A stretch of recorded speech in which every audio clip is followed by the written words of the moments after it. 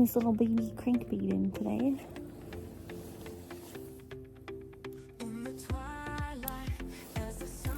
I'm right by a bridge right now.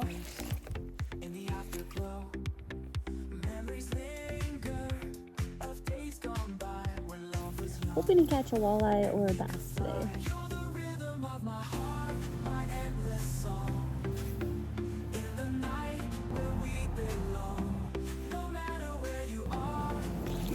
The more I learn about fishing and fall fishing, you have to go smaller with some bait. So trying out this small tiny crankbait I have, and I'm not really great with small lures, I'll be honest. So I'm gonna go over here a bit and let the current do most of the work.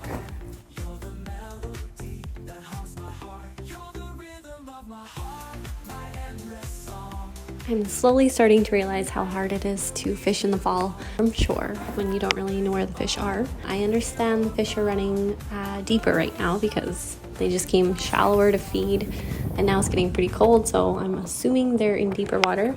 So today I was kind of hitting up some spots that I thought would have a nice advantage at the shore with some deep water. At least I'm assuming the fish are deep right now because it is pretty cold. It's end of November, and from what I've been researching, the fish should be in deeper water right now. I'm not sure exactly where in the deeper water they are, and sometimes it's hard to cast pretty far. So my goal today was finding spots that have depth close to the shore. Alright, I switched up to a lipless crankbait so I could cast it a little further and get it a little bit deeper. Oh yeah, I should also mention I switched spots. I'm in Pinawa now. I wasn't really having any luck there, so it was raining quite a bit, so I didn't record that much in the first location, but I did throw this lipless crankbait, and I had a Ned head on with a worm for a bit, and what else? I had some minnows and a jig, so I threw that a few times. And I found a pretty deep spot here. In front of me, I think it was about 46 feet, and it had a really nice current, and I lost quite a few lures here.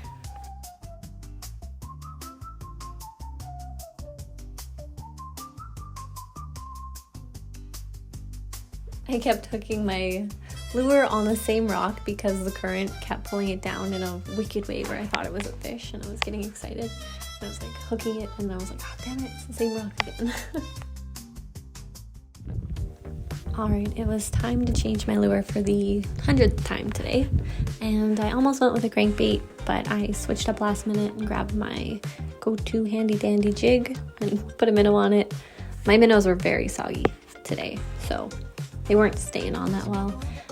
Later on, I ended up using them as like chum. I just threw them in the water and tried to attract the fish with them.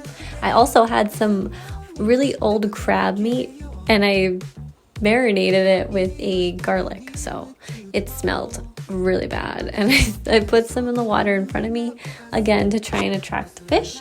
And I used to do this when I first started fishing, so who knows, maybe it'll work. So I also threw a piece on my hook there, as you saw, so we'll toss her out there and see what we attract. I was throwing this on my hook in the Red River, and I got a few bites. I actually caught a catfish with it, so I don't know, I was thinking maybe I'll catch something weird with it, but if anything, I was just using it as like a scent and trying to attract them. Let me know in the comments if you guys do anything like that, if you put any scents in the water, and if you do, what do you use? I'm curious, I want to know. And what do you use for what fish? Because I know certain fish like certain things, so I'm not sure what fish like garlic, but here we are.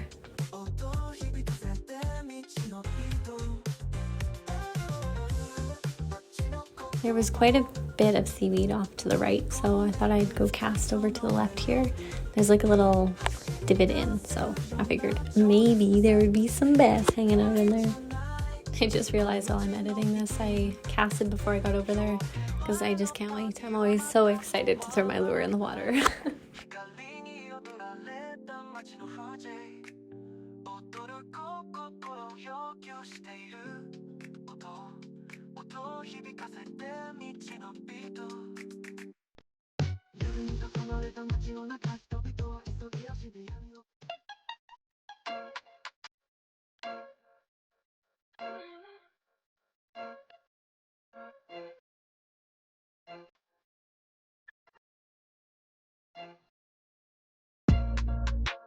It always feels so good when I can get a snag free. So what I do in those cases, if you saw there, you kind of just jiggle it around a bit and then pull straight and pop your tip up really tall and like reel in really fast. I hope that makes sense. Somehow when you pull it straight down, it'll free itself, and then you pop your tip up and it'll like lift upwards, and you reel at the same time, and it just like gets it out of there.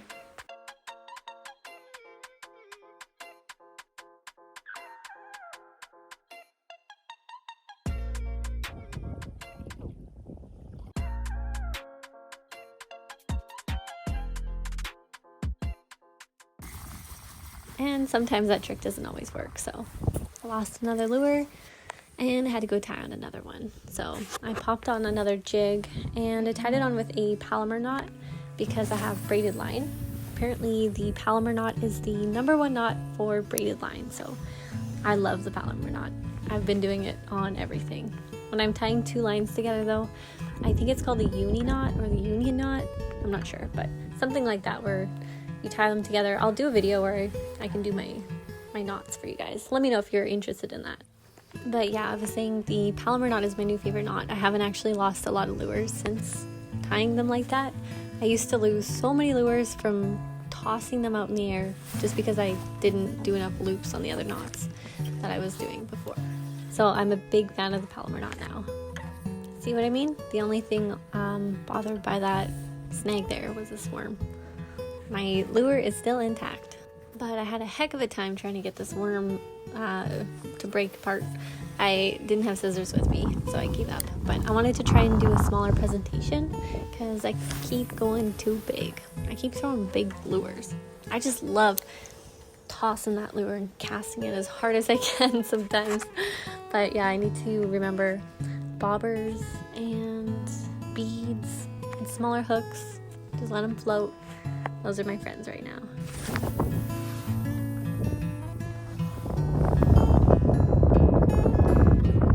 My cousin told me about octopus hooks, so I think I'm gonna go hit up a store and pick up some octopus hooks, slip bobbers, and beads. I think that would be a really good idea. And yeah, I hear the beads create like more weight on the line, so you can cast these little lures a little bit further. So here's to hoping. I'm gonna go shopping and I'm going to try my best not to overshop.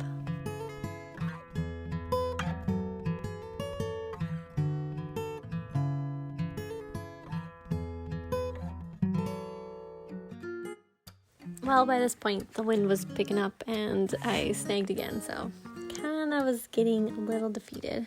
And I packed up and I decided to drive down the road a little bit and head down to another spot.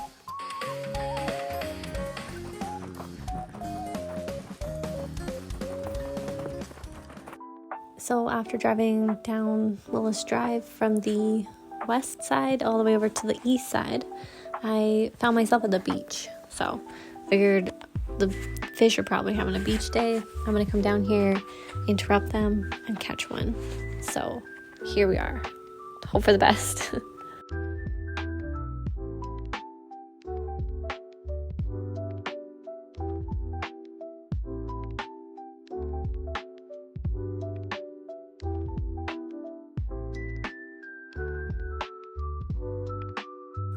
Today was an expensive day.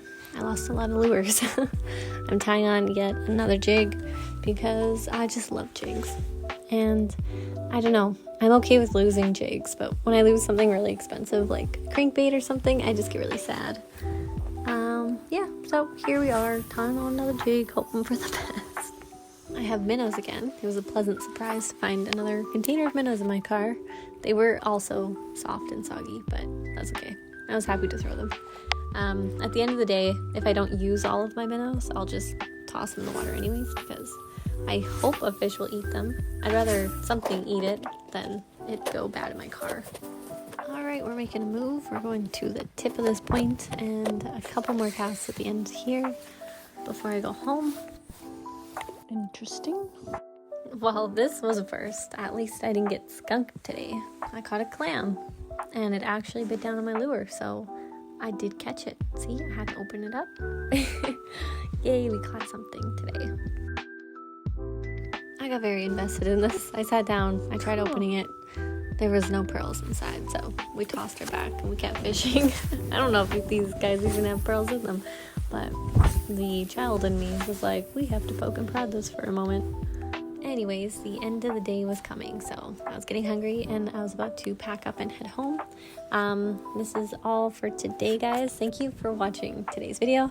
If you liked it, let me know in the comments below. And yeah, until next time, and keep your eyes peeled for my next video. I have a new super cool fishing tackle jacket that I can't wait to show you. So till next time, guys, thanks for watching, and subscribe if you're not subscribed already. Bye.